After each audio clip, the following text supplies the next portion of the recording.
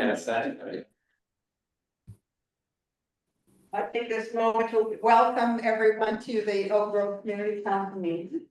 And a special welcome to any newcomers that are with us tonight. If this is your very first meeting, let us know. We can. Yeah, so hey, would you like to introduce yourselves? Michael Freed, Sarah Lane over here, been here 8 years now, and And finally get to go for community council meeting. yes. We've walked by the building several times. I'm Daniel Street. We're at the corner of Sir Lane and Brighton. And your first meeting. First meeting in. Oh, welcome. We're really glad to have you with us tonight. We didn't have a newcomer raise your hand online. I haven't seen anybody raise hands online. Anyone? So generally what we do is we start by introducing the board and then we go around the room and let people introduce themselves and most where they, what part of the group they live. So my name is Valerie Chapman. I'm the chair. I live on Evergreen Street, block from the College Trail. I'm Mark Lay, that vice chair, and I live in what is now, I guess, called Wine District. Because all the streets have wine campus. Which is all Concord, near the John Trail. And I'm Joyce Johnson, secretary, and I'm Daniel Blair Greenside, treasurer, and I live off Park Avenue up by the Max Station. And the name's Ben David, member at large. I live up near Park Avenue on Briggs. And I don't see Wayne, who is our other large person. Yes. I'm here. I'm Wayne Potter. I'm member at large. I'm sorry I had a late schedule. Needed to appear this way this evening. I'm sorry I can't be there. Well, we're glad you're on virtually. And Joseph is not well tonight, so we don't expect to see Joseph as our other member. So let's start with people in the room, and then we'll move to people. I'm Ian, right at the end. I live on 24 and Evergreen. Great evening, my name is Vanessa Danes-Legal and I live off of what is. He said that. Yeah. Well, I live on the corner of Southeast View and Southeast West View, just south of Concord. Yeah, Karen Overding, and I live on Oakberry Drive. Well, I'm Ross Rivera, and I'm older, cheers. I'm a county tax collector. Here to do a presentation tonight. And I not live in the area. I live about 4 miles south of the city of Candy in an unincorporated farms. I'm Katie Madison, I work for Mr. Brady here, I'm a taxation analyst. I can answer questions on tax districts. Well, man, I live back in Southeast Florida, even at the watersheds council organization. All sense, local resident, Concord resident, and county commissioner. First item. As well as just people online, Dave. Sir? Dave, do you want to introduce yourself? Maybe it's taken off. Also, do you want to? Can you hear me? Yeah. I live on Neff Road for the last 46 years near Stringfield Park. So, I'm Anita. Oh, I'm sorry. I thought you said Anita. It's hard to hear when we're on this thing to hear what's going on in the room. Anyway. Sue Conahan, corner of Parkview Circle and River Road. And yes, the audio isn't very good tonight. Linda.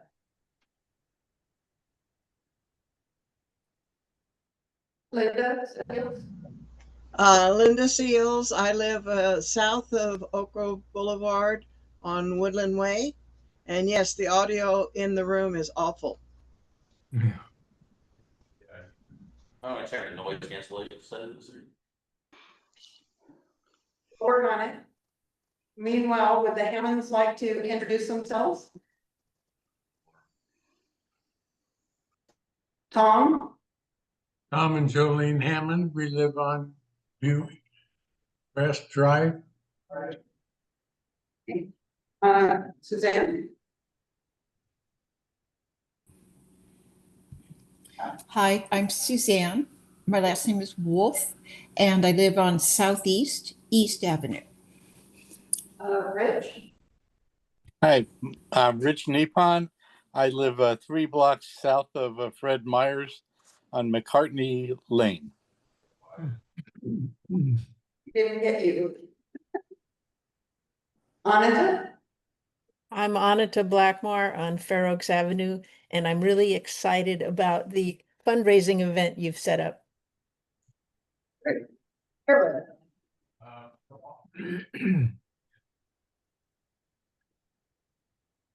Carolyn? You want to get yourself? You're muted. Can you unmute yourself?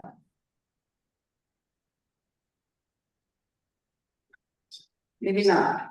Carolyn, can you hear me? You're muted. You have to unmute yourself. Yeah, I'll try it again. There, is that better? I'm on Chestnut Street near Oak Grove, and yeah, there's 2 sections of Chestnut, but I'm the one near Oak Grove. Right, well, we're glad you're here tonight. So I would let everyone know that we're working tonight on a new system, so we might have a little bucks as we work that out. I'm incredibly grateful to Ben, who's playing the tech role. It frees me up from having a computer in front of my face while running a meeting, and it's on, the new link is owned by the Oak Grove Community Council, so that's our Zoom link that we're now using, and so and then help that set up. So again, I am really grateful for that. So let's move to our officer reports. I could say to our online community, here you find, if there becomes issues, send a chat to Ben Cheney and he'll work on that, okay? Thank you. Officer reports. Let's begin with the treasurer's report. Yeah, since last event, we have $7 of cash donations from the last meeting in July. We also had $80 donation from the Friends of the Oak Grove Community Council. And that was going towards our expense that we had, which was $159.90 for our Zoom account here. That leaves us with an ending balance as of right now of $1,755.42. Joyce, give secretary. Yes, first, before I talk about anything else, I just want to give a pep talk about making sure that you sign in when you come to the in-person meetings, because a big part of my job is to keep track of attendance. If you are attending 3 meetings per year, your 4th meeting is a voting member status. In order to keep that, you come to 1 meeting a year. So it's pretty important, and we love all people in the community. I've been involved since 2019. It's a great place to learn about what's going on in the community, try to get some kind of positive impact. So I encourage people to make sure they sign in. We may come up with a new way to do it. We're online, but that's pending. Any corrections or additions to last month's minutes?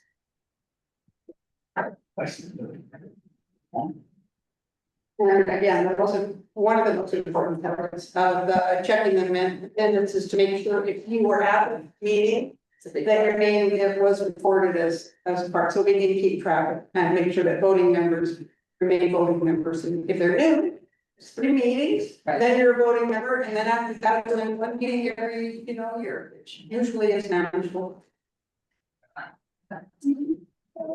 Well, I have to tell you, very disorienting to have that clock up there, and looking at it, all anything, okay.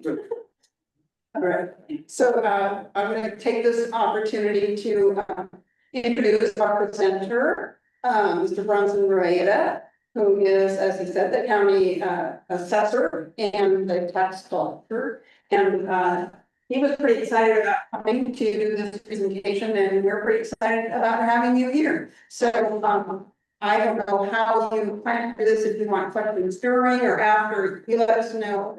And again, welcome and thank you for being here. Thank you, Mallory. Thank you everyone for inviting me here tonight. I really like having these presentations and thoughts and back and forth. Because I was talking to Commissioner Salas earlier, and I think there's a lot of misinformation out there about Oregon's property tax system. It's complex and convoluted. And getting this started to hopefully clear some of that misinformation up is good. I tell my folks, just one taxpayer at a time, you know, if that's all we got to do, we'll be on our way. So we got more than one here, so that's good. First one to start, I want to get everyone, if you can't hear me and you're remote, you're gonna have a tough time following along with what I presented, because there's it's property tax information and it's gonna be detailed. So is there anybody that can't hear me as I stand right here or understand me?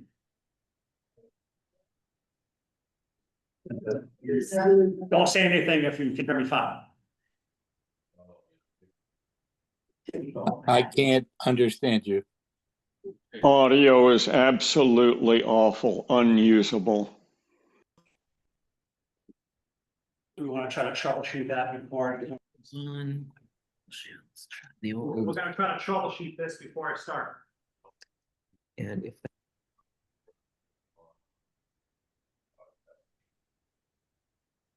I guess you're going directly through.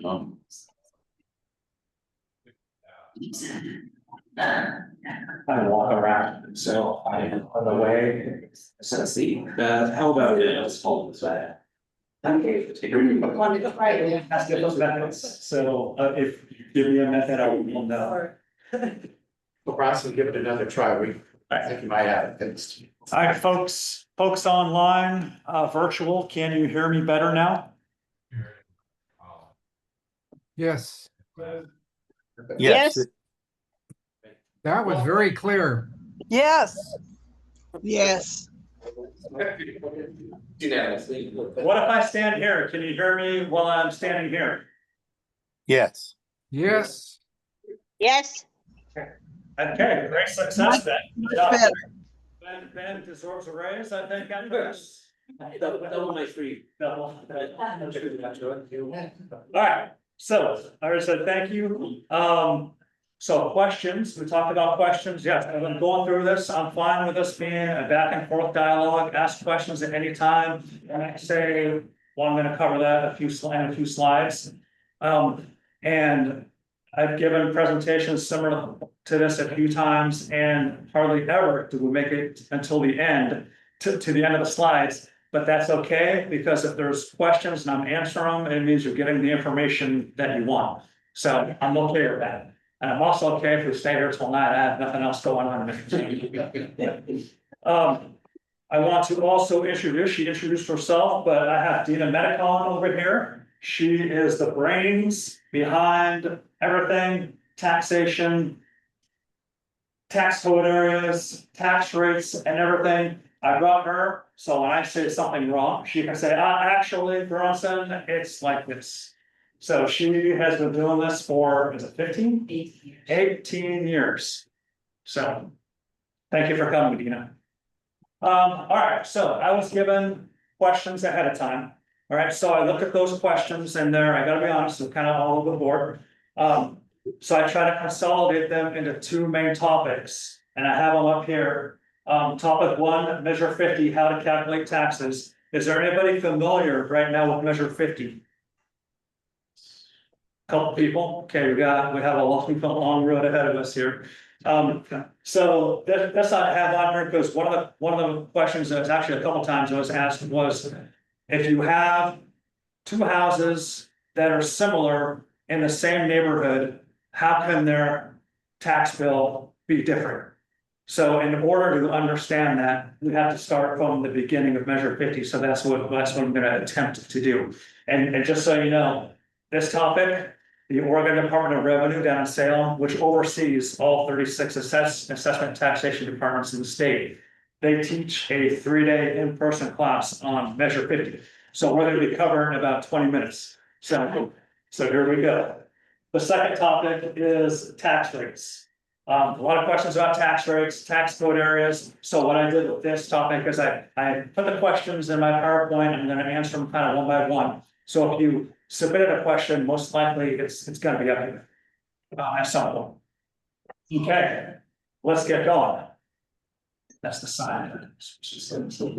All right, so first slide, there's two things on here. One is measure 5, one is measure 50. We're not going to cover measure 5 tonight unless somebody has a question. Hoping you don't. So we're going to focus on measure 50.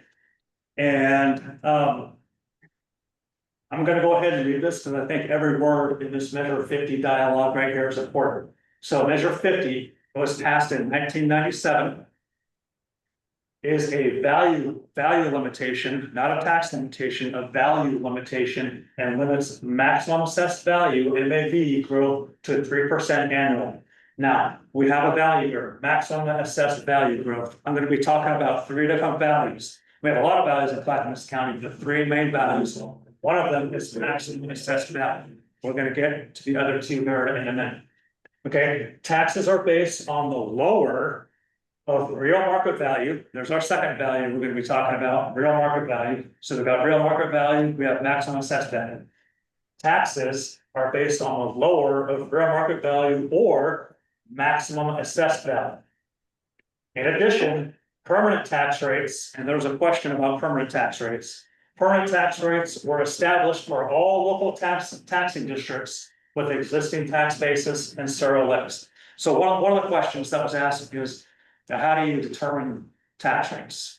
First of all, I don't determine the tax rates. Those are determined statutorily. And unless it's a new taxing district that's established after 1997, there's a process that the assessment taxation department is involved in.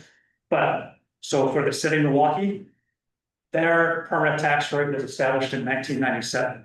And that can't be changed without a vote or at all, I think at all. So it can't be changed at all. They have a maximum tax rate right now. They do not extend that full rate right now. So they're actually below it when they annexed into Clackamas Fire. They do need to go out to the voters to ask for voters if they can go back up to their original permanent rate as of right now. So thank you, Dina. So they cannot, City of Milwaukee or any taxing district can't change their permanent tax rate, but they can request a lower rate for any year if they want to. Most people don't, but City of Milwaukee does right now. Correct. So they can always ask for less, but they can never, ever go above what they were given in 1997. Okay. So the bottom line is typically with maximum assessed value. We'll get to more. We've got to get to the third value. We have maximum assessed value. We have real market value. So what are our taxes based on? All right. Right now we're no longer on a real market value system. What I mean by that is before 1997, the tax rate was applied to your real market value. And real market value is the value that your home would typically sell for based on a reasonable buyer, a reasonable seller, not under duress. You know, what the realtor says, yes, let's list your home for this amount, and it sells for that amount, then a 3-month marketing period, that's real market value. Okay, so before 1997, the tax rate was applied to the real market value. So as you know, sometimes there can be wild swings from year to year, real market value. So the Oregon voters were like, we don't like this. We don't like our taxes doing this, year after year. And so measure 50 was established to try to get those yearly property taxes more predictable. So taxes are now based on calculated measure 50 assessed value. And here is the third value, assessed value. So remember, we have, and kind of get ahead of myself, but we'll go over it now. We have three values, right? We have the real market value, what your house would sell for. We have the maximum assessed value. And then we have assessed value. And the assessed value is what the tax rate is applied to determine your taxes.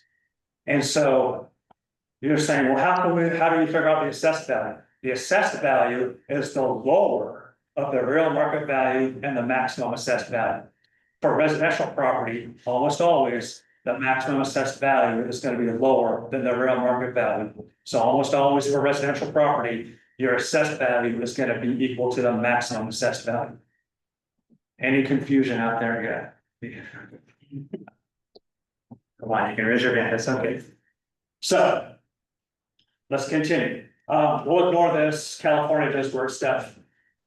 The last bullet point, I've already went over taxes are calculated using the assessed value, which is the lesser of the real market value and the assessed value. If I had a whiteboard, I would have a whiteboard, look at this. This is fantastic. So I'm gonna use acronyms. RMV, real market value, and then your MAV, maximum assessed value, is almost always lower than the real market value. And the assessed value, I'll spell out. Assessed value is equal to the lower of RMV and MAV. Okay. So that's important as we move forward. I'll leave that up there. Any questions so far? Yes. So just in theory, if there was some massive housing crash and your house just like dropped, tanked in value, theoretically could end up with like a lower, like a way lower tax assessed value. Like in 2009, for instance. Yeah. Yeah. That's actually, that maybe did happen actually. Yeah, so usually. This is real market value, and this is maximum assessed value. So usually RMV is way low. So 2009 and that time frame, RMV, drop like a rock in most areas. MAV always goes up 3% unless RMV dips below, then the MAV would freeze at that point and not go 1% will require 3%. And remember, assessed value is the lower of RMV and MAV. So when the RMV drops below the MAV, then that becomes the assessed value. Good question. That's not the whole question. Yes. Is the MAV on our property tax statement? I missed the first part. What was? Is the MAV on our property tax statement? No. Okay, No, the MAV is not on. just the assessed and the earned. Correct. But if you want to know your MAV, you can call us or you can go online. And it's on there. We'll get to that later on. We have so much information. One of my goals is to put all information that is publicly available online. That way, everybody has access to it and can answer questions for themselves and go online and educate themselves. So that's one thing that we always strive for, is put everything we can online. Any other questions? Okay, now let's talk about how Measure 50 works. So let's go over these bullets one by one. The first bullet, when Measure 50 was passed in 1997, a maximum assessed value was created. We've learned that. And MAV in 1997 equaled 90% of the 1995-96 real market value. So I love this slide. Go over to the side. Fantastic. So right away in 1997, sloppy, we have the RMV, right, and we have a MAV. So the MAV in 1997 was equal to, so this is 1997. The MAV was equal to the 1995 RMV minus 10%. So that's kind of important to realize, because right away in 1997. Everybody was getting a tax, everyone was getting a benefit because they were being taxed on a much lower amount than their current RMV. And that benefit was for all property existing at the time. And what we're going to get to later on is, well, what about property that's built now? How do you get a map for that property? And we're gonna get to that. All right. Next bullet.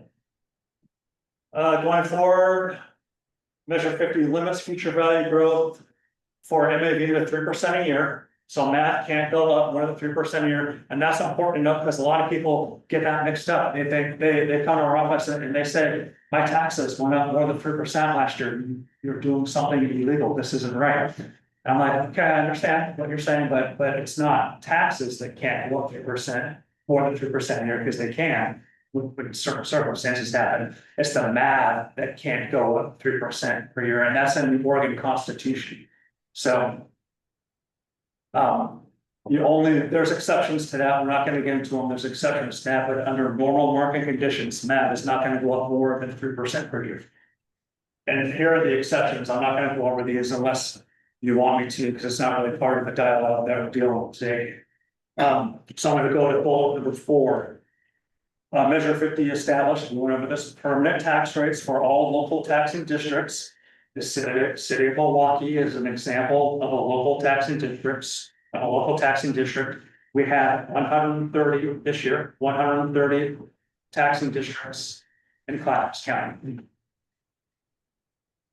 Black bullet, measure 50 allows voters to approve new short-term local options to fund additional services or bond measures for capital improvements. So that's important because, as we talked about, the permanent rate was set in 1997, the permanent tax rate for all taxing districts, and can't go above that. So, expenses always increase, right? More than revenues year after year. So if taxing district wants more money for more people to build a new building, a new school, a new police station, they have to go out for a bond or a local option to help pay for that additional services or building. That's why we have those money measures. Side note, I think I talked about this, the money measures are one of the main causes that your tax bill can go up 3% in any given year. For example, last year, the city of Malala had 2 money measures on the ballot that passed. And so last year, their tax rate for folks living in the city of Malala went up. I think it was $2.52 per thousand of assessed value, which is huge. I think, correct me if I'm wrong, and I think the average increase in a tax bill for those people was like $670. So that's on top of any other increase. Year over year, 3% increase. Does that sound right? $670 is the average tax increase? I believe so, yeah. It was the city of Malala and the Malala School District both passed it on last year. Right. So it was both of them. So that area out there, especially the people in the city of Malala were hit pretty hard. Yeah. So that's an example of how your tax bill will go up 3%. You vote in a bond, money measure, great that we're paying for it, but it will increase your tax bill. Okay. So now we're getting to what I talked about before.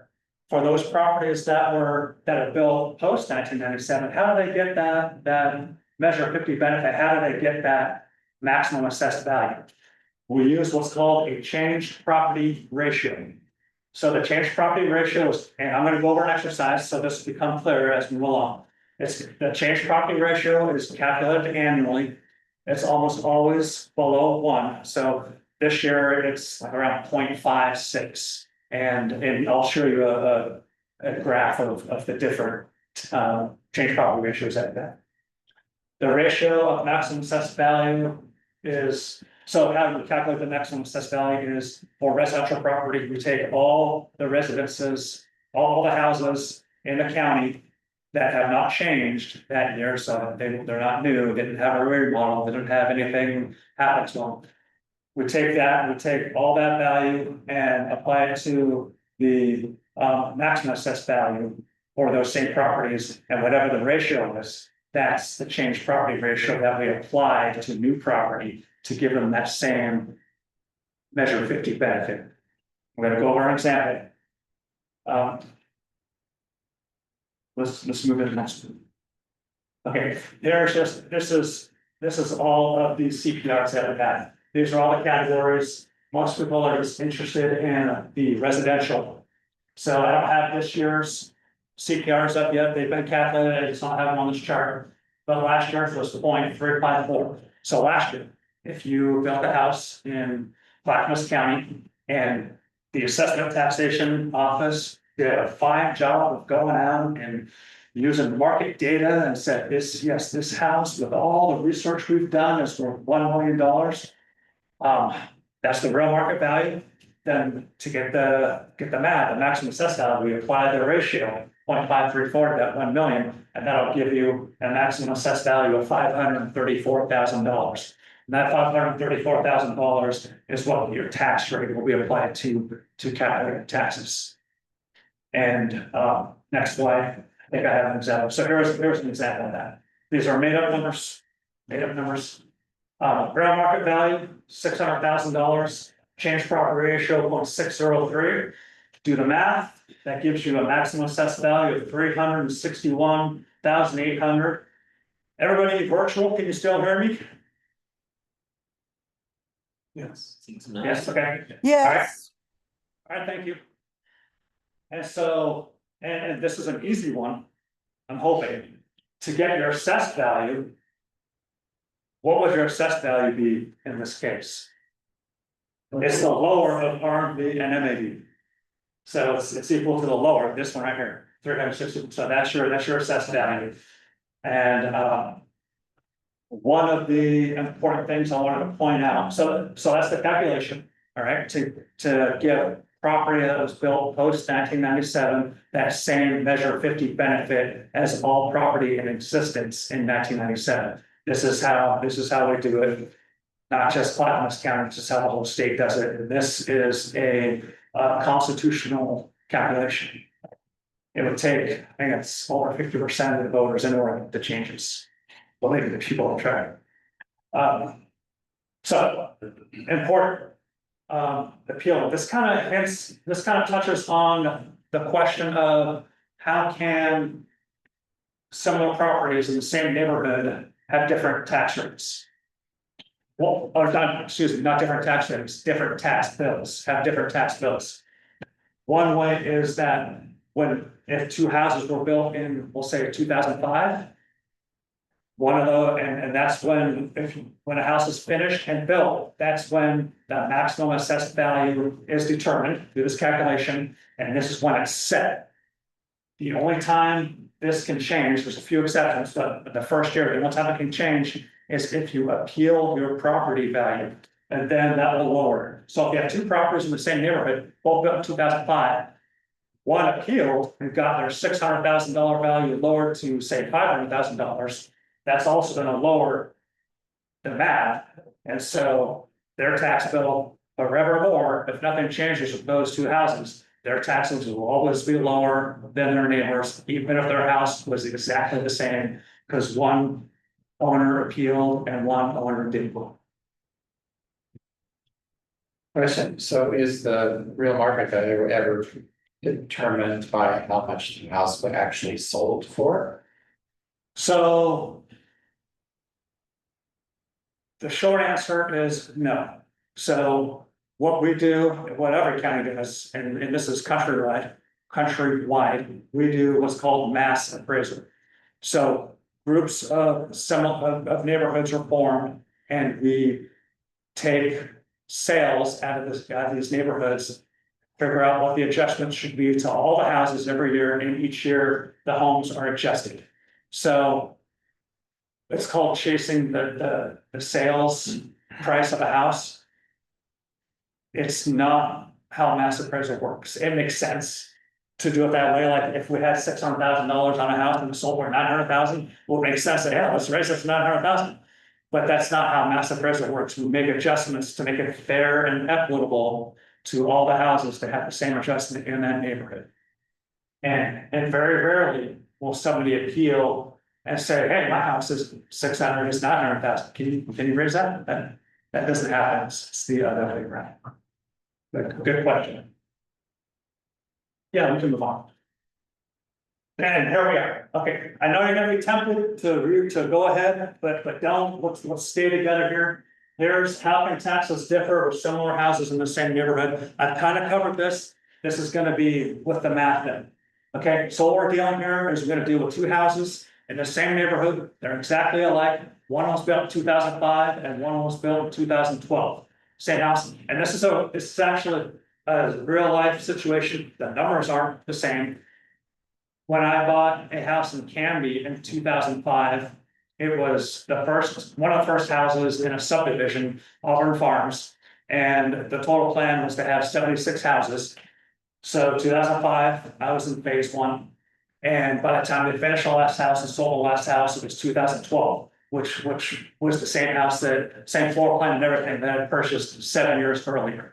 And so this is an example of how taxes can differ in this situation. So 2005, we value a home for $400,000. All right, the change property ratio, we're just using 0.5 to make it simple, is 0.5. So the first maximum assessed value, doing the math, 400,000, apply the CPR 0.5, you get $200,000. That's the math, that's the assessed value now, because it's lower than the RMV, right? So this is in 2005. Fast forward 7 years, we're gonna make some assumptions. We're gonna assume 6% real market value growth. And we're gonna say 3% math growth, which is the statutory limit, 3%. Can't go over that. And as far as RMV is above maximum assessed value, it's gonna grow that 3%. So this is a safe assumption. All right, so using the 7 years assumption, the 2005 house built. 2005 built house, the RMV, after, you can check my math, but after 7 years at 6% growth per year, the value is 601 from 400,000 to 601,452. The MAV from 200,000 with 3% growth over 7 years goes to 245,974. So the AV is the lower of those two numbers. 245,974 times up by this tax rate, and this was the average tax rate in Clackamas County last year, 16.7512. David gave me that information. And so using the AV for this house from 2005 tax rate in 2012, their tax bill was $4,120. Right now, we're in 2012, a house just completed in 2012, brand new. It's valued the same, it's the same neighborhood, same house, so it's valued the same, 601,452, right here, 601,452. Same CPR, 500 or 4.5. Applying that though, we have a MAV of 300,726, which as you can see is higher than the MAV of the house built in 2005. And the AV is the lower of those two numbers, 376, applying the same tax rate. You get a total tax bill of $5,037, which is $917 higher than the same house built in the same neighborhood, just built during different time periods. That's Oregon's property tax law. Do I have it on this slide? I must have it on this slide. It's not my law, it's Oregon's law. So, well, I did that. Oh, Oregon's law, not mine. Yeah. So, yes, question please. I got lost someplace. Sure. It looks like the real market value times 0.5, right? It gives you the math, right? But Yes. if it was times 0.5 before, I don't understand why. So it's two different time periods. So in 2005, you're getting the math, all right? You're times it, the 0.5 by 400. So that, we don't do that calculation again. That's a one-time thing that would figure out the math, right? So 2012, the same house, we times the 0.5 times the market value in 2012. The market value in 2005 was lower.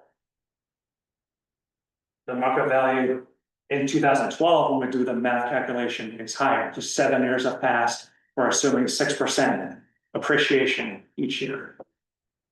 But It says 2005 house, real market value is 601,452. Right. And then below that, it says 2012 house is the same. Same RMV, right?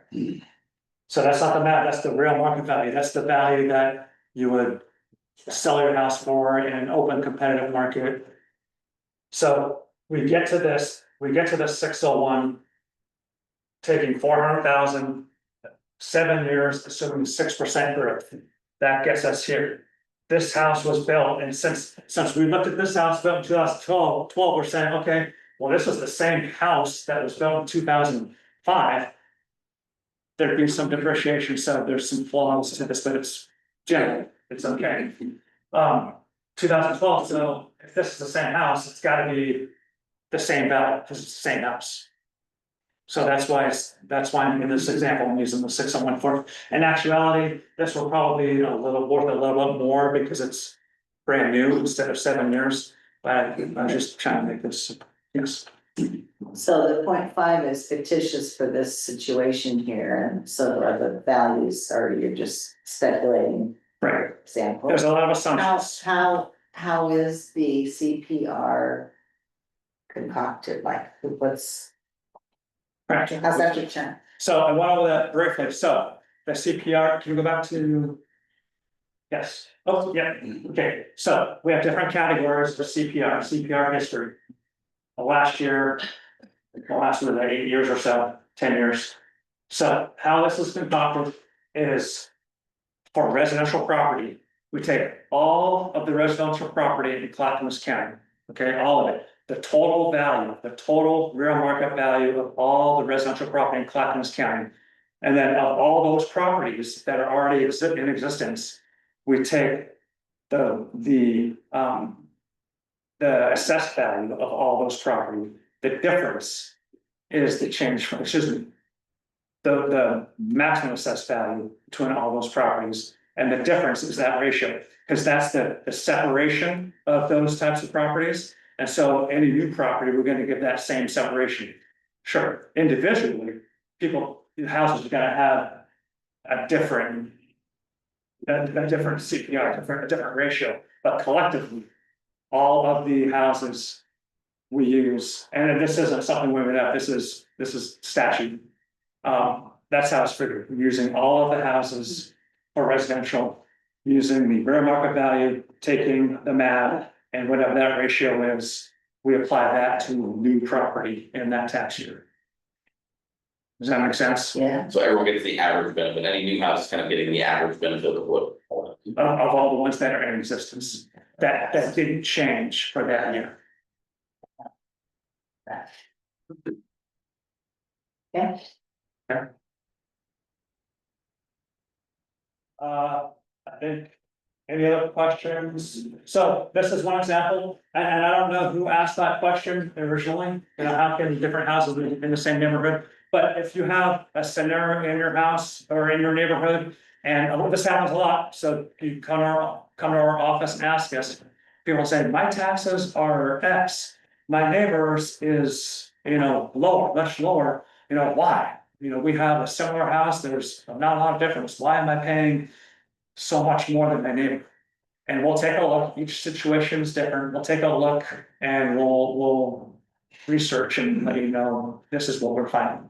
There's a lot of different scenarios that can happen, including that appeal scenario.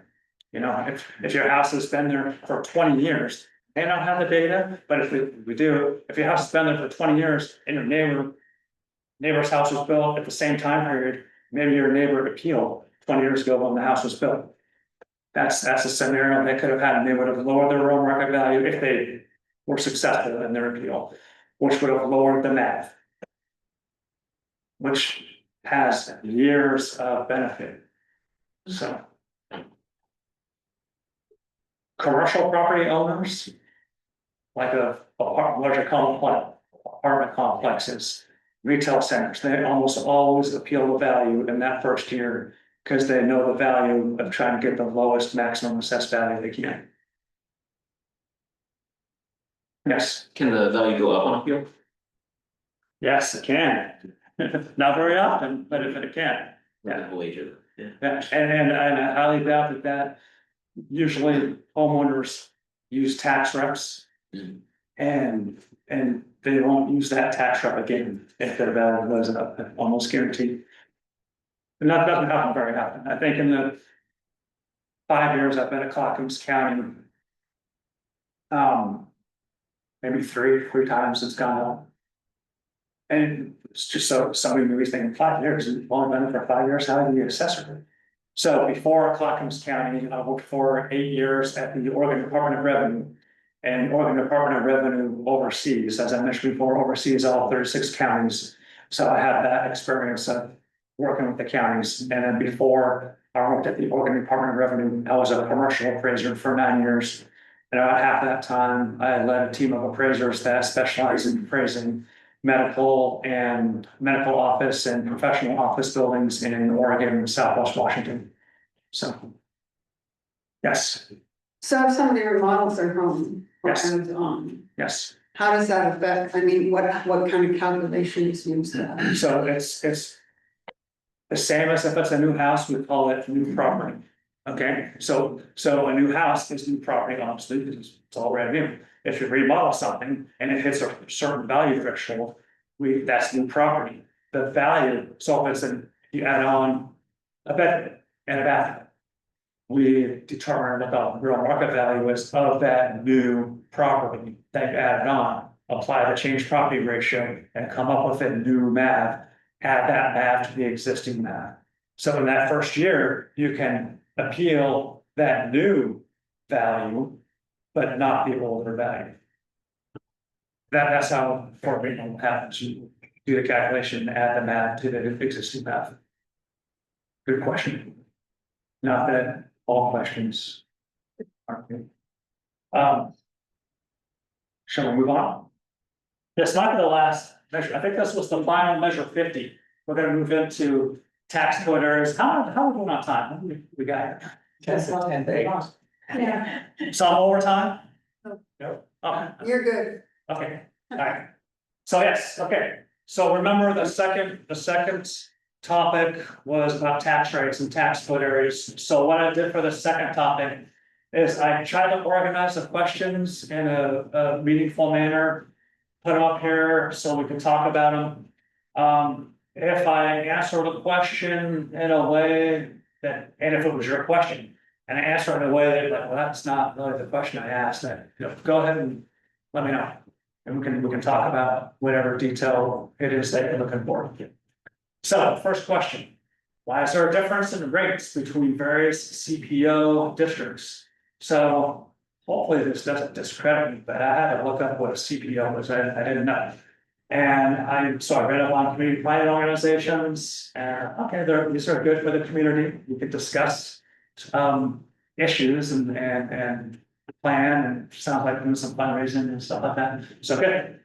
I don't think we have any CPOs in Canada. It's not that I've heard of. So, do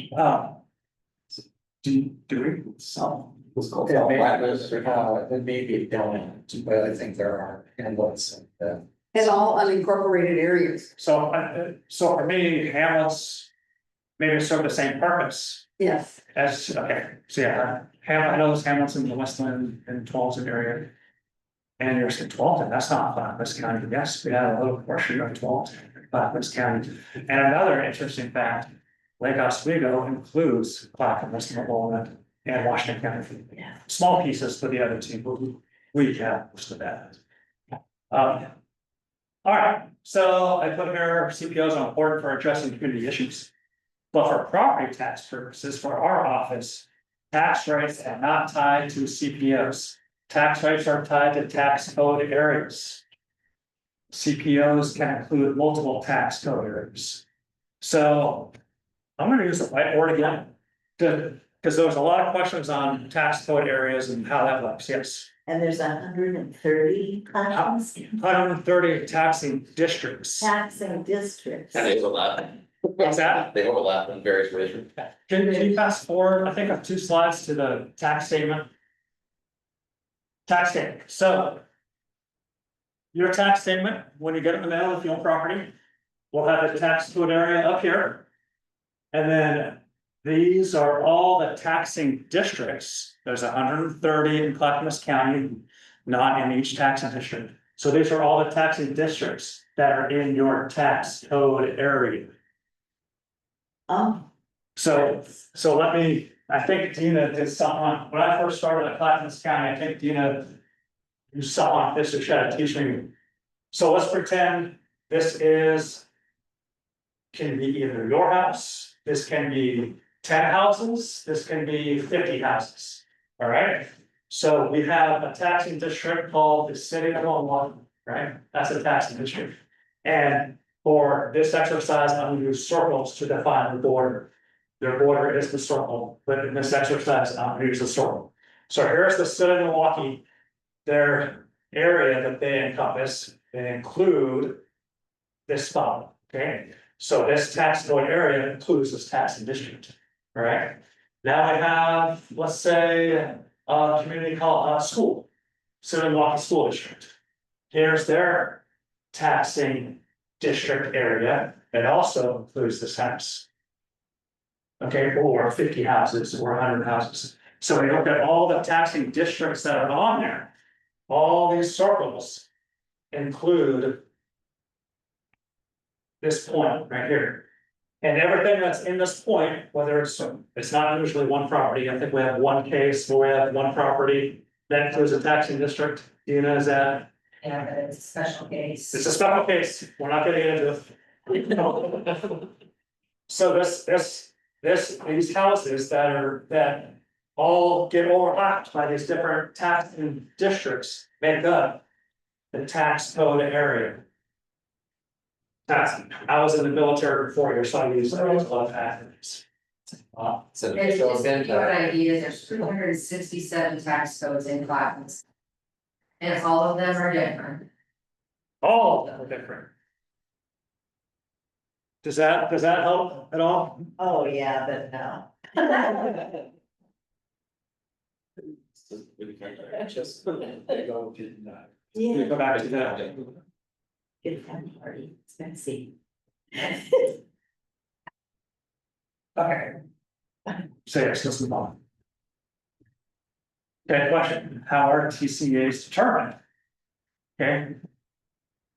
Tax code areas, how are they determined? Tax code areas, as we saw in the tax statement, they have multiple levy lines, but each line that's referred to as a levy line on your tax statement. Multiple levy lines from taxing districts. Taxing districts are based on legal descriptions. So when you think of a taxing district, again, City of Milwaukee is a taxing district. Now, if you look at the border of the city of Milwaukee, it's not a circle, right? That I drew over here. It's this weird, shape that I don't know how to. It's not a polygon. Maybe it is a polygon, but it's a weird shape. So they determine that shape by legal description. So if you own a house or any property, it has a legal description that defines, usually in a subdivision neighborhood, it's a rectangle, right? So it's easy to define that legal description. But for a taxing district, the legal city of Milwaukee, it's a weird shape, right? So that legal description is very long and very detailed on every twist and turn that border of the city of Milwaukee has. So how are TCAs determined? They're determined based off that legal description.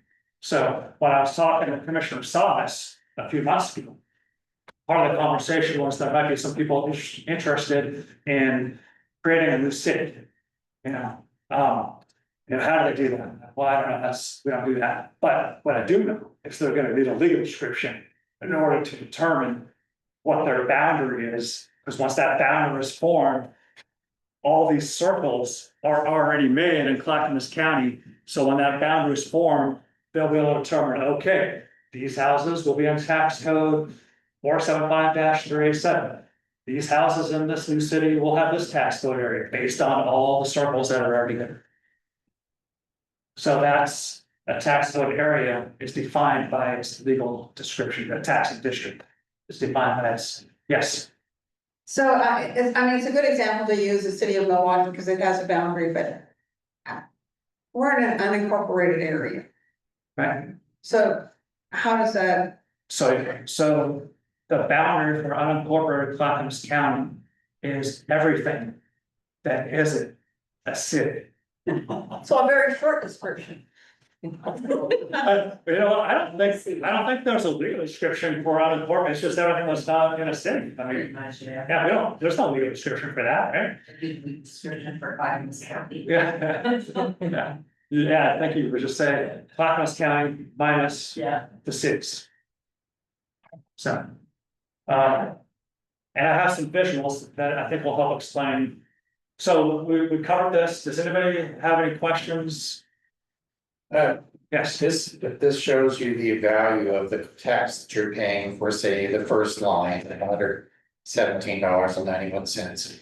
It doesn't particularly tell you the tax rate, for that district, right? How would we find that out? We have all that information online, and we're gonna get to a slide where Dina, the master of our online information, is gonna come up, so I don't know if there's a way to, if we have to do any prep work to change this to online in a few minutes, but that's kind of where we're heading, just to give you a heads up. Shot across the bow, so to speak. So we'll kind of show you what where that is. Any other questions on this? All right, I've got a question. yes. Do you ever tax? Do you tax a building prior to it being completed? Yes, so if it is partially complete, then it'll receive what is like a temporary map. And then once it's 100% complete, that's when the final map will be put on. When it only shows up on one document as far as being constructed. And when it shows up on the document. I've got a tax, my issue is a building shed that was destroyed by a tree. It was rebuilt, but the county is saying because of the new codes, it has to be set back 20 feet. But it was built prior to 1960 when the code changed. And that's the issue, what we're here for today. So 1961, I've got a tax record, the accessory building, it's a shed. That's on the property, the home wasn't built till until 65, because they used the shed to build the home. Okay. And it's built on the property line, and the county is now saying it's gotta be set back 20 feet, well. It's already been rebuilt. So that is the planning department. And we're in contact with them, we've done a thing for, But I'll say that if something's destroyed, then new construction applies to current laws, setbacks. So, I'm not the planning department. So since you're not in charge of that, that's. all right, it's my next question. What I've said so far, it may not even be, I don't work in that department, so I'm just, what I think is supposed to happen. It's fine, I'll just say what I think, and this may not be the case, is that the current laws, if the 20-foot setback wasn't around in 61 when it was built, and it is now, new construction, you have to abide by the new, and there's Construction, it's the exact same footprint, exact same small gates. but you said it was destroyed, Yes. so doesn't matter if it's the same footprint. If you have new construction, that's new. Okay. I think. So if this building is all destroyed, that wall right there is there, and you rebuild the building. It's not a, so never mind. I can't. Yeah, that's- Those are details and it's, That task question is on you, thank you so much. my umbrella. The planning department's umbrella. Yeah, I know, that's. So sorry, Adam, but. If you're having issues with the planning department, call Commissioner Savis would love to work with you. Yeah, it's not cars, so just email me. What's the last one? Just email me and I'll forward your email question to the planning department. But here's a couple thoughts with your situation. I know this kind of stuff can be frustrating. All I can say is hang on there, try to get the answers, and if you. Well, okay, so if it has to be removed. Will that you guys reassess the value of the house since this is on the tax record, and if you remove it, I want my taxes lower. Yeah, so if it gets more removed, let us know right away, and then depending on the timing of the removal, certain things will happen. But yeah, we'll take it, if it's removed and it's no longer there, we'll we'll take it off our inventory is what we call it. And depending on the value of it, it will be lowered accordingly. So. Yes. Question on, how the assessed value is adjusted for new construction or remodeling. So typically, am I correct that that adjustment for say remodels or that kind of thing happens because you obtain a permit, it comes from the permit value, is that right? Not from we go by, drive by, like, oh, that looks like it got paid. So the permit doesn't have a value on it, it just lets us know there's something going on at the property. I thought permits do require evaluation in order to determine the permit fee. There might be a cost on there. But if there is a cost on there, or if there is a value, we don't use that to, we might look at the cost and compare it to what we value it. But we're not gonna take a permit and whatever's put on there, if it's 50,000, we're not gonna say, oh, okay, 50,000 is what I'm at. We'll do our own analysis and market research to determine the values. Based on a description of the permit. So, not based off of it, so we get on average, around 25,000 permits a year. We don't have the bandwidth to go look at all those permits, so we triage all that. We end up going out to maybe 5,000-6,000 permits a year, because that's all we can do. And that, when you say, because there's some, we missed stuff, you know, because of that. And so, because we don't have enough FTE, Commissioner Savas, we could use one. So we go out and we look at those 5,000-6,000, and then we'll go to the house. We'll knock on the door if there's no gate, if it's not a setback, or knock on the door if they're home, we'll talk to them, hey, we're gonna permit, and we'll go down that route. If they're not there, we'll leave a door hanger and we'll follow up, and we'll try to get the information to determine what is, we have a permit, what's going on in your house. Sometimes, oh yeah, I moved an electrical outlet 6 feet over here. Well, that's not, okay, thank you, goodbye. And sometimes what we think is an electrical outlet, it'll say on the permit, you know, moving an electrical outlet.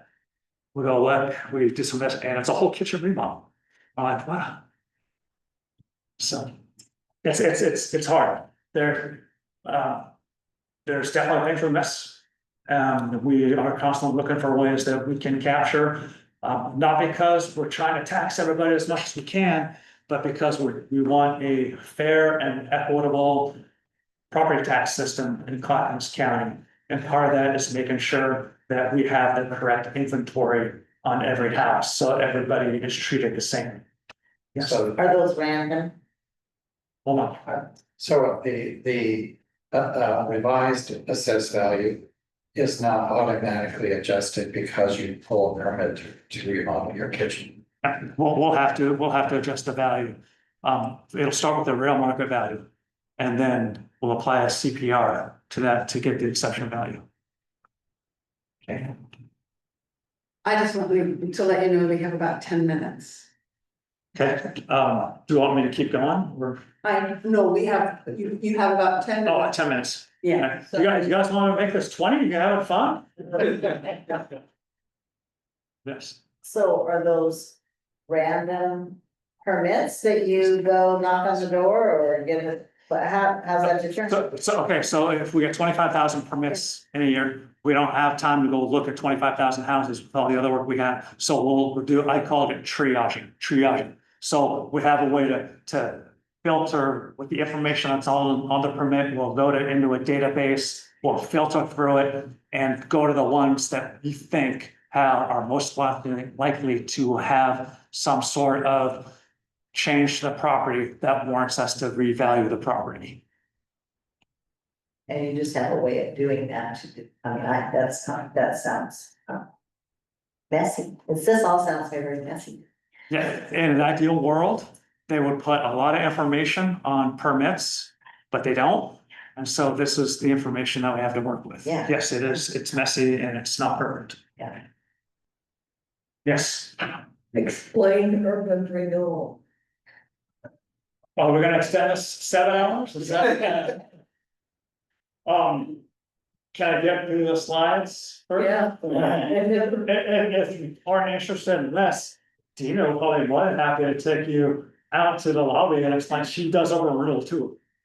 But if we have time, I'll get to that. If not, let's connect and we'll come up with a plan to get you the information that you need about her. I know about urban renewal, I just wanted, most people don't. Are you teasing me? Is this? No, I'm saying most people don't know Yeah. about urban renewal and what impact it has on your taxes. Right. That's why I asked neighbors. Talk about urban renewal. I can come back and we can talk about urban renewal if you want. Okay, any other questions? Let's move on. All right, the question was, do cities have a single TCA? One city does, Johnson City has one TCA, but here's an example. We have City of Happy Valley, 43 TCAs. City of Milwaukee, 8 TCAs. City of Canby, 4, I'm outside the city district, 4 TCAs, I'm actually not part of this. City of Lake Oswego, 18 TCAs. Next slide. Rural, unincorporated Clackamas, does rural Clackamas County have more TCAs than cities? The answer is yes. This is unincorporated Clackamas County. The total's not here. I put it up here, 229 TCAs. I am right here, 086013. That's my TCA right there. So. And if anybody wants this, I can email it to them. That's fine, or you can email it to everyone. Yeah, or you can, let us know and I have a copy, I can send it out. Fair enough. Okay, question from the group. Why is there a difference in rates between cities and Clackamas County? So we kind of covered this back in 1997 is when the permanent tax rates were established. And it was told to me that information was put into a black box. So information like the budget for the city at that time, the expenses for the city at that time, what the services that it had, this information was put in, out came a tax rate for that city. So, like I said, Lake Oswego, the tax rate's higher, probably because they had a larger budget and a larger value, home values in their area. That had a impact as well. Question, when are taxes collected?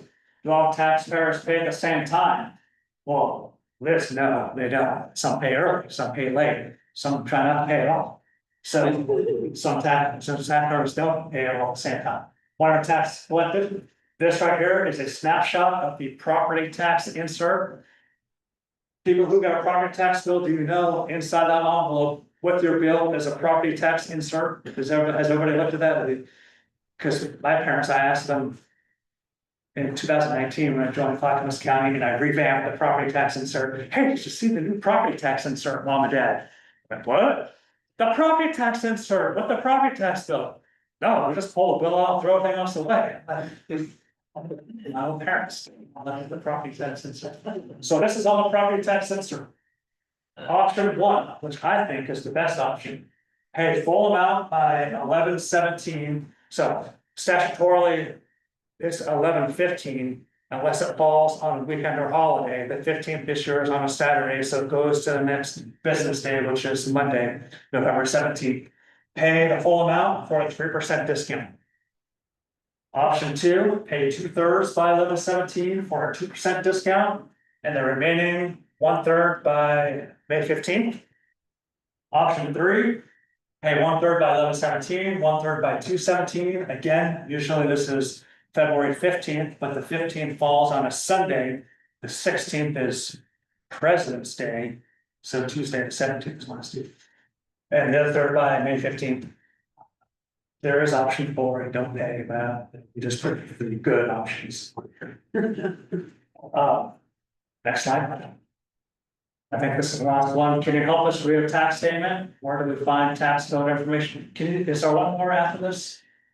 When a new rate is voted in, how long before that new rate will be changed? So like if you're gonna organize a new city or a new taxing district, you have to put it to the voters, right?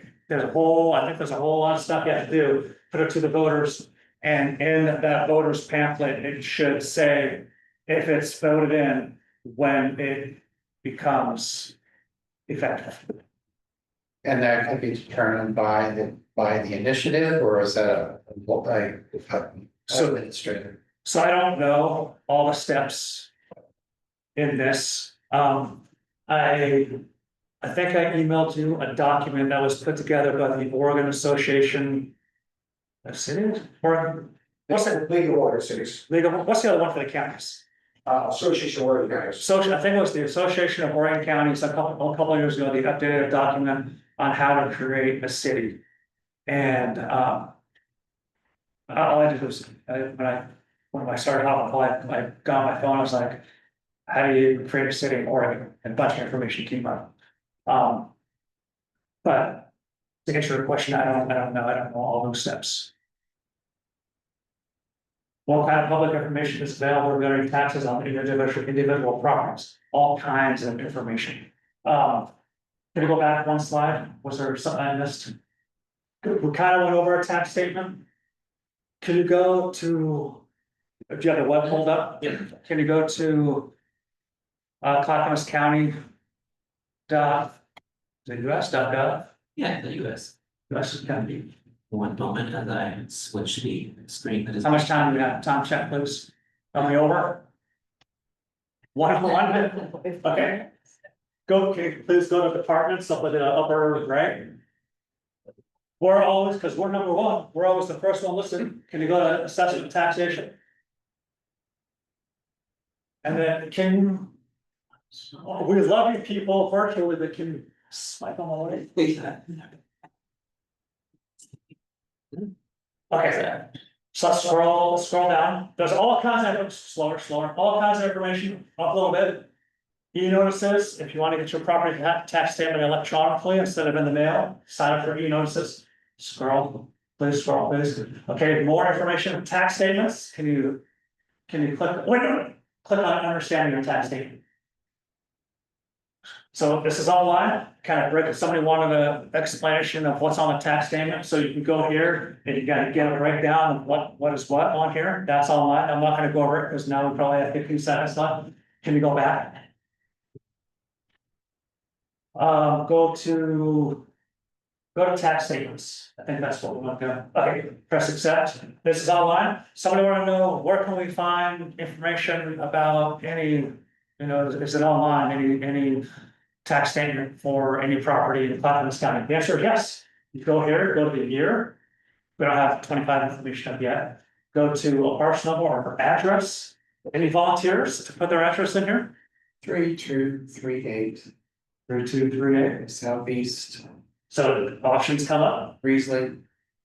There we go. You're in the wine neighborhood. You've said it. Nice fine wine. So then voila. You can search by homeowner, but you can search by address and if you know the tax law information. So it gave you the homeowner.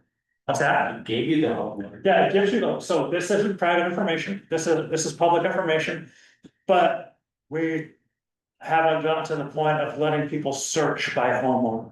We haven't gotten there yet. There's a lot of people have issues with that part. But if you address this, you can put it up there. And there's laws where certain homeowners like judges, police officers, they have the option to turn in paperwork to redact their name on here, so you don't know that if someone's searching for them. Yeah, give me a ticket on that. You might have this address redacted. Okay, am I out of time? Just one more. Tax, well, Tina, what way do people look up tax code or tax districts? Go back out of the screen, Back one okay, go all the way towards the bottom, so much information, this is good stuff, I'm telling you folks. keep going down, okay, right here, tax district information, assessment and taxable summaries. Tax district. Okay, this is all of the information for every taxing district in the county. If you're wondering how much money did every city collect, school district, whatever you wanna know, You can find all of that information here. If you scroll down some farther, you will come to, see on the side. So, tax code rate detail, right there, push 2024. This is our rate book. What he was talking about earlier about tax codes, this is all of the tax codes. Every single district that belongs in all of these tax codes, along with the tax rates. If you push Control F, you can do a find on your tax statement, it has that TCA, you can look up that TCA. Find it on there, and it'll give you what rate you pay to that taxing district. And we have 5 years worth of tax rate books online there that you can find there. So sort of thing was you that said, we see the total, but we don't see the rate. Right. So here is where you can find that rate. Right. Cool.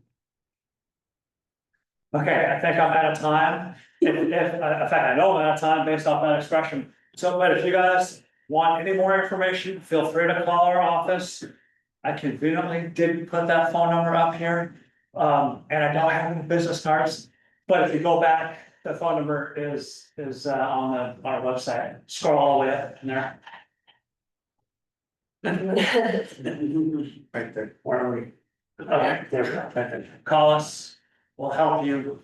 If you want me to come back and talk about anything more, we could do this all again, or a different topic if you want, and I'm more than happy to come back. I have nothing else to do but serve the taxpayers.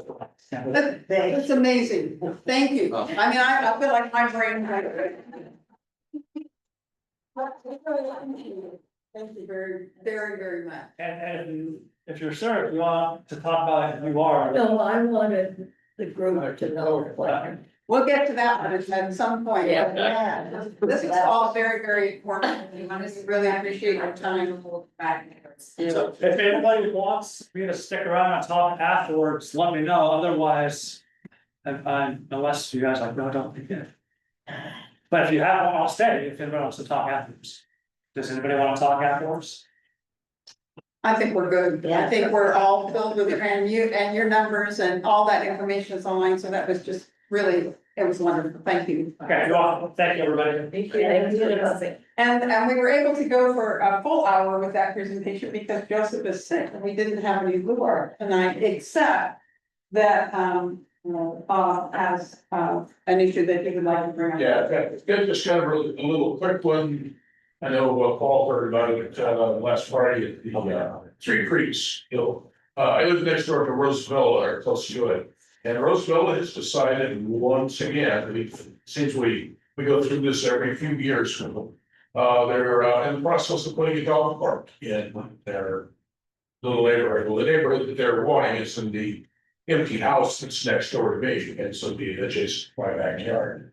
So the really fun thing is the water drains from Courtney and Schroeder, 45-degree angle heading kind of down the hill towards their garden area, if you know where that is. Well, that's across my backyard and my neighbor's backyard when we have the big rain. So that's a bit of an issue.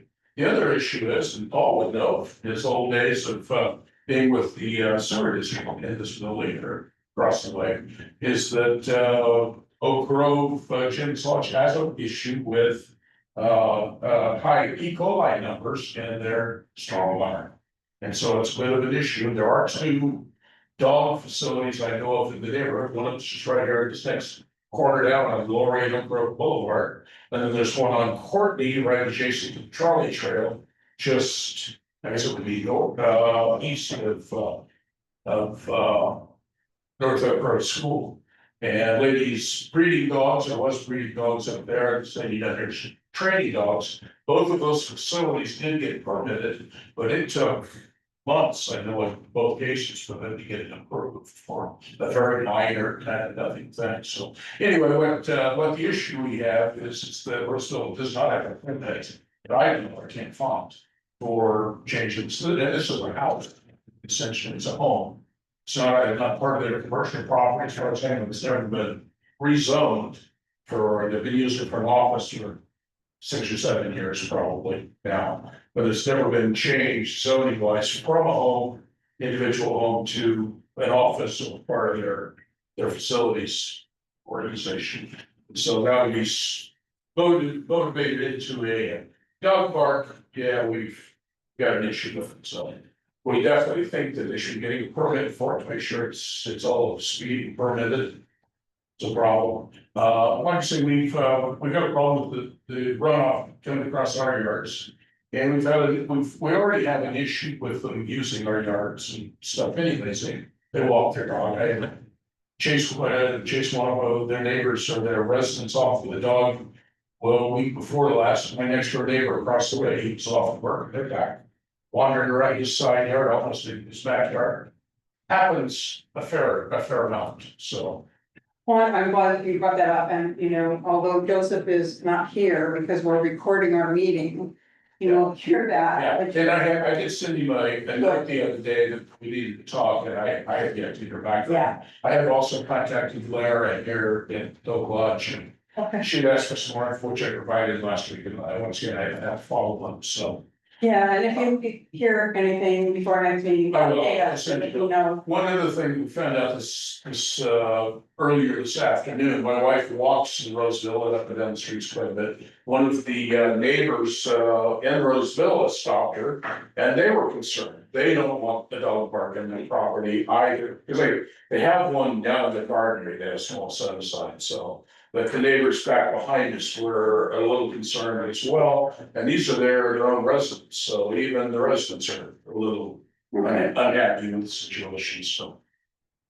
And we've talked to some of the employees, but we've yet to hear back from the new management from Roseville, so. Thank you. That's it. I just mentioned that, when you want to reach out to one of us on the board, the best way to do that is to use our contact at oakgrovecpo.org. Because that way it's part of the public record. If you send an email directly to Valerie or me, it doesn't become part of the public record, so. Thank you. Okay, committee reports, announcements, you had another one, you had to talk. Yeah, actually, another, just kind of a quick one, I'm on the watershed councils as well. If you've seen it, it's on Facebook, several of the social medias, we do a fundraiser for a native plant sale every year. And we did really well, this time around we're in partnership with Sparrowhawk, who actually does the plant sale, we kind of just help facilitate them. And it sold out within 3 days this year, which was fantastic, absolutely rocked it. We could use a few extra volunteers, it's the 2nd, 3rd, and 4th of October. And according to our meeting today, we think we're still a couple of people short.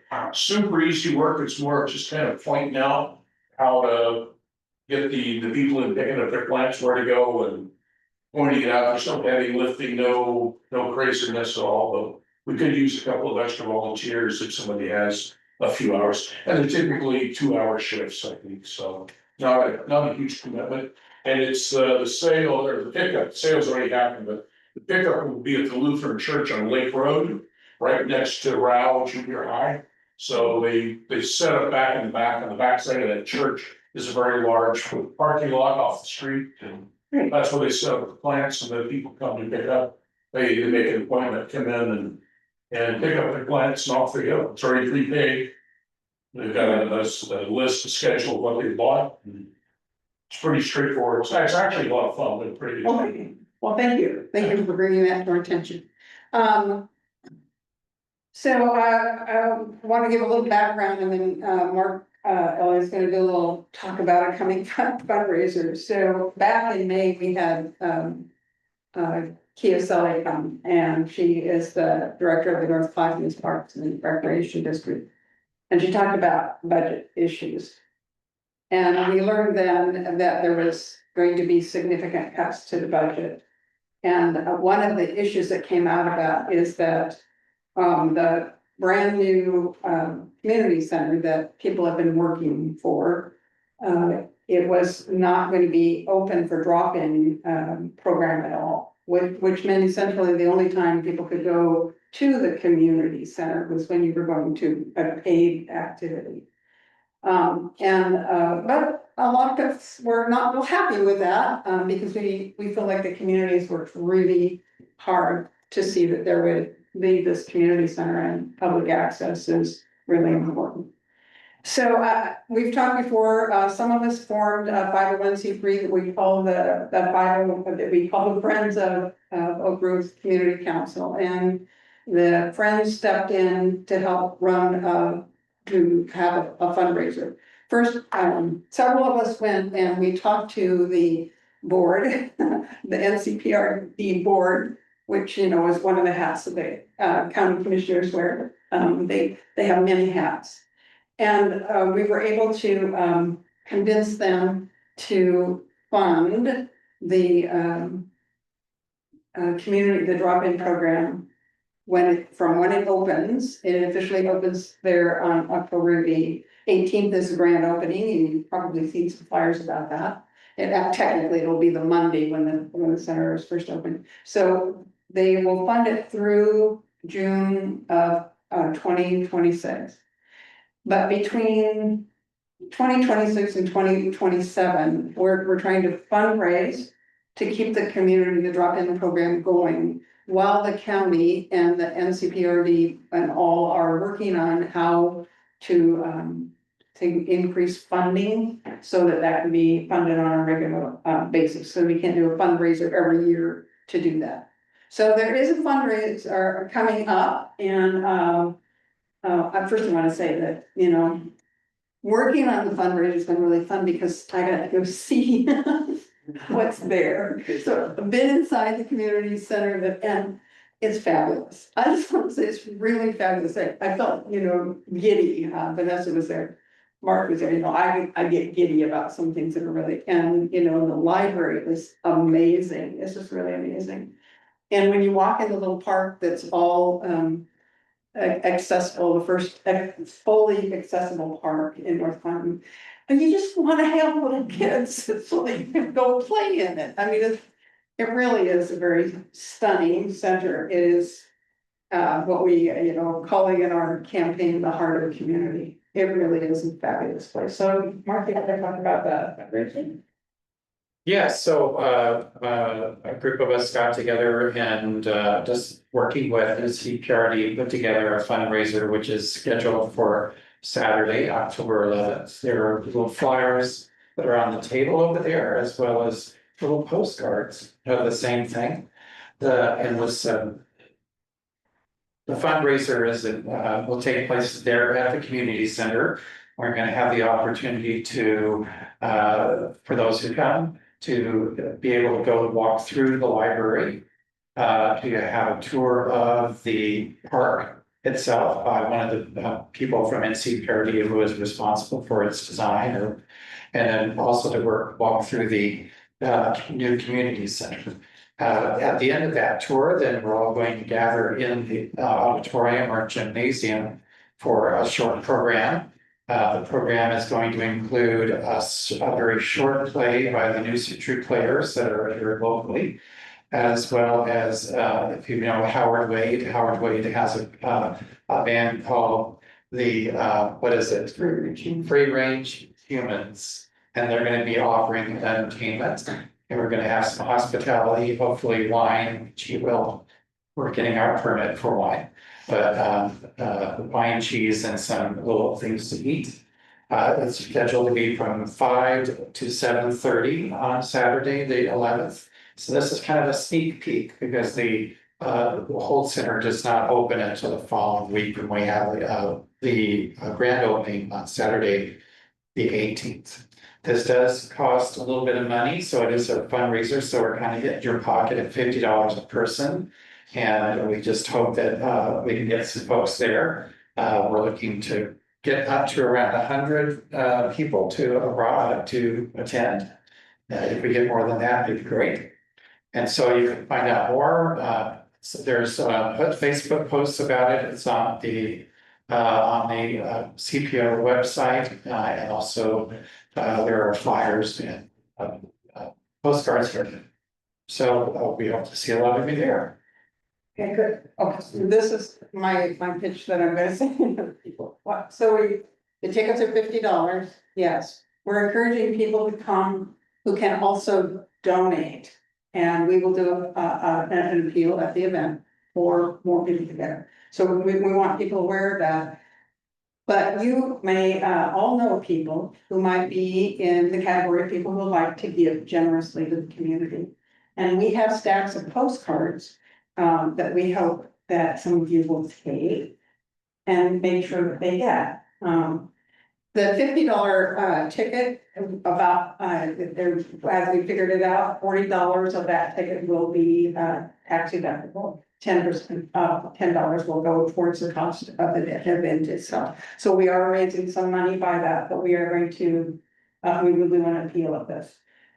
So if you know people who can give and like to give, we encourage you to see that they get a postcard and get information about it. And if people can't, don't feel bad. The reason that we're doing this fundraiser is because we want to make sure that everybody has access to the community center. And that won't happen unless those of us who can give at this time. So that's my pitch to all of you. And again, it's it's really fabulous.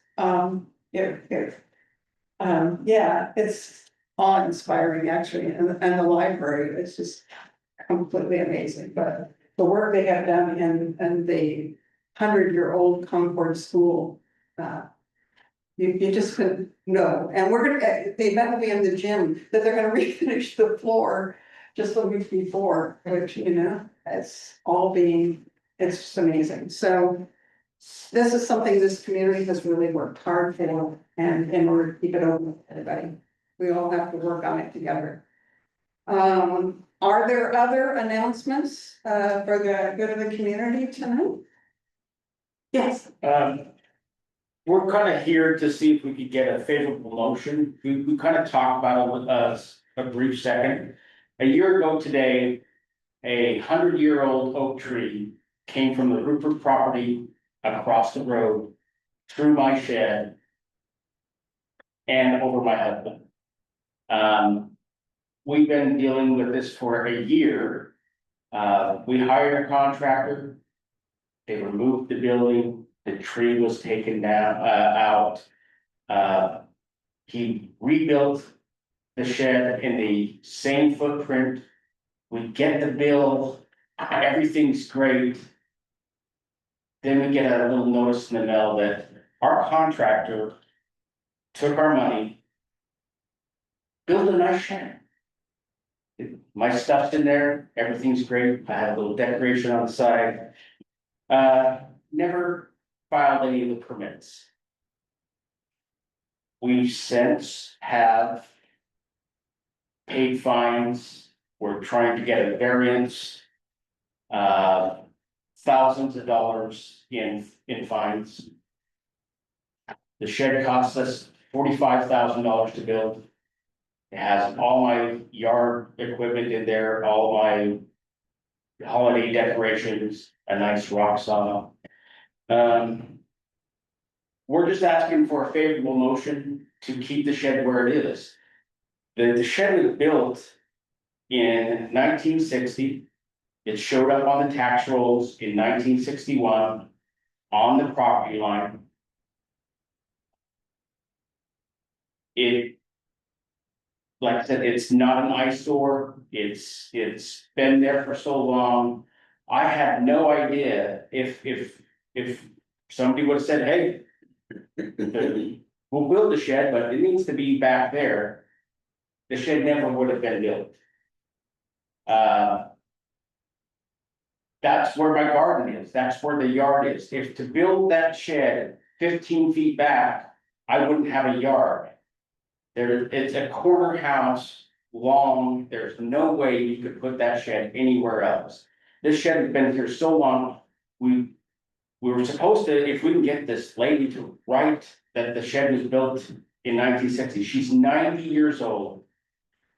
We've talked to her on the phone. We visited her house. She won't open the door to ugly mugs like us at the door, you know, I mean, but we can't get her to sign the paperwork because she needs somebody to help her. Well, it's not happening. A favorable motion doesn't change minds, but it will maybe help us to keep the shed where it is like I said, exactly the same. I've got pictures here, if you guys wanna look at that, but all I want is a thumbs up to keep it. And, like I said, we'll be talking to you for sure. It's kind of sad is to have things. We actually, it's a person that I thought we could trust. This guy does work for lots of people in the neighborhood.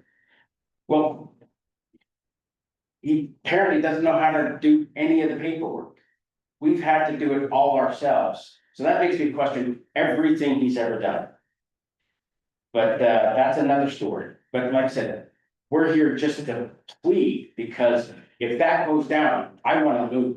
Because I can't see my yard without someplace to tinker, someplace to put my lawnmower, someplace to put my decorations. If I don't have someplace to get out of the house and sit for a second and just go through nuts and bolts, I don't want to live in that house. I only bought that house because of that shed, and to have it gone, I don't want to be there. Where is this? Corner of Sarah Lane and Crichton, and that's the Rupert house, where the across the street, the tree came down, 100-year-old oak tree. It's a dead end street with 5 houses, and the shed was actually built before the road was even paved by the county. And it's more like an alleyway than a regular street. And again, with the property line, and we've got another good 10 feet before the pavement of the street actually starts. And we're not the only ones, I mean, It's just us and Rod right on the property line down the road, but I don't quite understand. They said, oh, nobody complained about it. Two more questions. You checked your contractor, of course, with the contractor. he doesn't have, he's an LLC, and we're working with him before we go to the county, the state court. Because he may have to come in and tear it down if the non-variance that he's putting out doesn't go through. The other thing is, you know, want to move it, so you won't be able to sell it without the amount of. Oh, no. The other thing is that, if you get any statements from your neighbors, saying, hey, this building's fine, we're okay with it, and because they might help you out very. This is our first step in that direction. Because we're, she's about Luard, I want the Luard, or it's one of the things that we want for difference. People want to put businesses in their homes, it's one of the first things we look at, what do the neighbors think, are the neighbors okay with an extra car or two? Or, you know, a little extra noise occasionally, or how that's gonna be handled, so it's one of the things we look at, is what the neighbors think and where. What kind of standing you have with your neighbors. All the neighbors. The jackass, you'd probably not big in line from us. All the neighbors, we've been there 8 years, I know all our neighbors. That's, I'm just telling you, something's kind of important. And the planning commission said that they'll be sending out notices, 300 foot around our property for people to have comments. And again, that, I've got letters from across the street when he was 11 years old in 1970. And he told me it was pea gravel, it wasn't even paved, and the shed was there. And the shed shows up in all of the Tax, all the old history, it's always been there. So. I did mention, so Joseph, Edge was not here tonight, he's sick. He's runs our he's in charge of our Lord, which is, what is Lord? Application review team. Yes, okay, well, something, so. Yeah, and Joseph is, a walking reservoir of tax and law stuff and legal things like that. So sorry. Go ahead, no, go ahead. Well, when I talked to him about it, he said he'd be very happy to talk with you guys directly and understand more about what your situation is and what he understands your options are and, you know, that kind of thing. So I thought that might be one resource for you as well, and so I suggested that you just send that. Joseph, come out, look at them. Yeah, if you send a note to that contact at oakgrovecpo.org and just, you can just make it out to Joseph to say this to Joseph or whatever.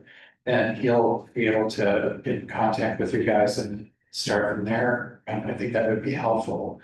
From our standpoint, I mean, we could certainly say we hope that, you know, the county's gonna give you a favorable decision. You know, ourselves, we kind of give advice to the county commissioners and to the planning department. We don't really make decisions ourselves. It's more. That's why, I knew that, that's why I said just favorable motion, that's what I'm looking for, is because, it is a community. I felt very much part of this community, and I would hate to leave bitter, because this is a wonderful place. I plan to have that my last house. But, like I said, if I don't have what I want, why be there? So, yeah. So are you asking us to, you know, we write letters indicating all kinds of things. My Yes. preference would be to get, have some, interaction with Joseph Yes.